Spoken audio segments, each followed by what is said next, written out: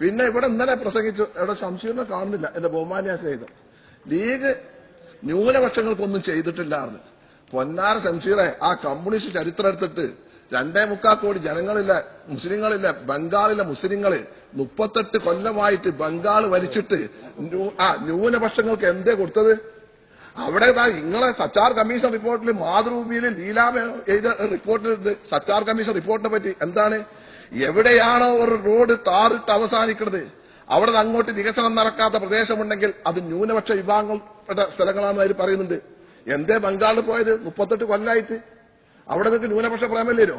നേരെ മറിച്ച് മുസ്ലിം ലീഗിന് സ്വാധീനമുള്ള ഈ കേരളത്തിൽ ഇല്ല നേട്ടങ്ങൾ നിങ്ങൾ നോക്കണം. അവിടുത്തെ മുസ്ലിങ്ങളെ, അവിടുത്തെ അമീർ ഇസ്ലാമും ഗവർണർ ഇസ്ലാമും ഒക്കെ കൂടി ഇങ്ങോട്ട് വരികയാണ്. ഓരെല്ലാ ആവശ്യം എല്ലാവരും ഇങ്ങോട്ട് വരികയാണ്. എന്താ വലിയ മെച്ചമാണ് അത്? ഇവിടെ നടന്നാല് എല്ലാ കാര്യങ്ങളും നടക്കും. അതുകൊണ്ട് പോകുന്നത്. പിന്നെ നിങ്ങൾ നേട്ടങ്ങൾ പറഞ്ഞ എവിടെ? നിങ്ങൾ ആലോചിച്ച് നോക്കി.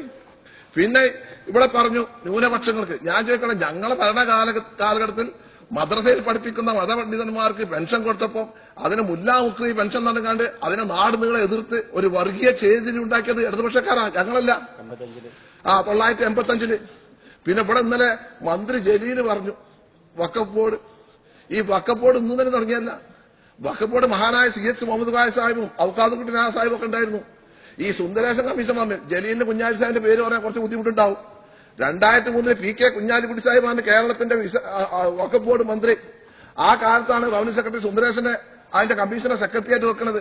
അന്നില്ല ആ റിപ്പോർട്ടിന്റെ അടിസ്ഥാനത്തിൽ ആ ഗവൺമെന്റാണ് പദ്ധതി നടപ്പിലാക്കുന്നത്. ഇപ്പൊ ഒരു 100 വീട് കൊടുക്കണേ ഇമ്പിച്ചവാവിന്റെ പേരും പറഞ്ഞു കിടന്നാണ് നടക്കുക.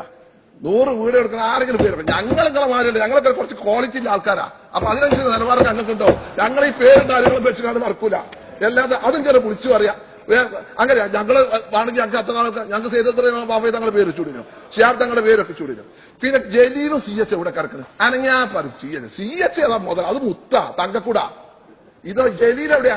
ജലീലിന്റെ 3ാമത്തെ സത്രം അത് അറിയങ്ങൾ. അത് നിങ്ങൾ മനസ്സിലായിക്കോളി. 3ാമത്തെ സത്രം. 1 സിമി, 2 ലീഗ്, 3 നിങ്ങള്, ഈ 4ാമത്തെ BJP സത്രമായി കാണും. നമ്മൾ എവിടെയാ മെച്ചപ്പെട്ട് അങ്ങോട്ട് പോകും. ഞാൻ കേൾക്കണേ ശംശീറെ, പ്രദീപ്, നിങ്ങളൊക്കെ പെറ്റുകൂടെ കമ്മ്യൂണിസ്റ്റാ. നിങ്ങളൊക്കെ അവിടെ നിർത്തിയിട്ടാ ബന്ധു കൂടിയവർക്ക് ഇതൊക്കെ കൊടുക്കണേ. ഇതൊക്കെ സങ്കടം. നിങ്ങളൊന്ന് ആലോചിച്ച് നോക്കി. പിന്നെ ഇപ്പൊ താടി അത് മൂപ്പരെന്തിനാ എത്ര CV ഇബ്രാഹിം എന്താ പറഞ്ഞത്? ഒരു പോലീസുകാർക്ക് ഇങ്ങനെ താടി വെച്ചത് എന്താ? ജലീലിന്റെ ഓൺ ഫാദറും ഗോഡ് ഫാദറും താടിയാണ്. അത് ഓൺ ഫാദർ മനസ്സിലായില്ലേ? അതിന് മലയാളം ഗോഡ് ഫാദർ അത് മനസ്സിലായില്ലേ?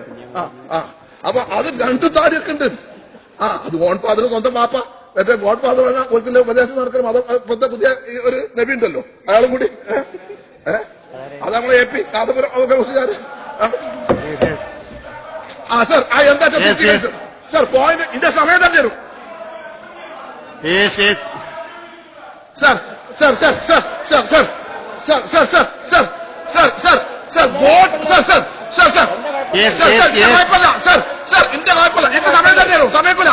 എനിക്ക് സമയം തന്നെ വരും. സർ സർ സർ ഞാൻ പറഞ്ഞ sir sir sir sir sir മലയാളത്തില് സർ ഇംഗ്ലീഷില് ഫാദർ എന്ന് പറഞ്ഞാൽ ഇംഗ്ലീഷിൽ ഫാദർ എന്ന് പറഞ്ഞാൽ മുസ്ലിങ്ങളാണെങ്കിൽ വാപ്പ എന്ന് പറയും, ക്രിസ്ത്യാനികളാണെങ്കിൽ പറയും. ആ അർത്ഥത്തിലാണ് ഞാനത് പറഞ്ഞിട്ടുള്ളത്. നിങ്ങൾക്ക് വേണമെങ്കിൽ അത് പഠിപ്പിച്ചോളൂ.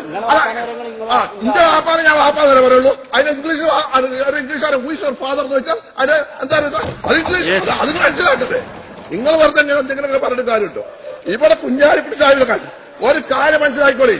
അക്ഷര വിദ്യാഭ്യാസമില്ലാത്ത സമൂഹത്തിന്റെ വിലക്ക് ഒരു പോയിന്റിൽ ഒരു ഓർഡറും ഇല്ല. എനിക്ക് സമയം തന്നെ വരും. പണ്ഡിതനാണ് AP അബൂബക്കർ മുസ്ലിയാർ. അദ്ദേഹത്തെ സംബന്ധിച്ച് അനാവശ്യമായ പരാമർശം നടത്തിയത് സഭയിൽ നീക്കം ചെയ്യണം സർ.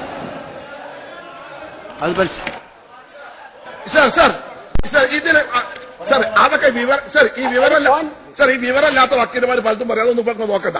പിന്നെ അക്ഷര വിദ്യാഭ്യാസമില്ലാത്ത ഒരു സമൂഹത്തിന്റെ വിരൽത്തുമ്പിൽ കമ്പ്യൂട്ടറിന്റെ ബോക്സ് നൽകുകയും ഉന്നത വിദ്യാഭ്യാസ സർ നിങ്ങൾ വക്കീലമാരെ ന്യായീകരിക്കണ്ട. കോടതി പോകുന്ന വക്കീലമാരുണ്ട്. സർ ഒരാളെ മാത്രമേ ഉള്ളൂ.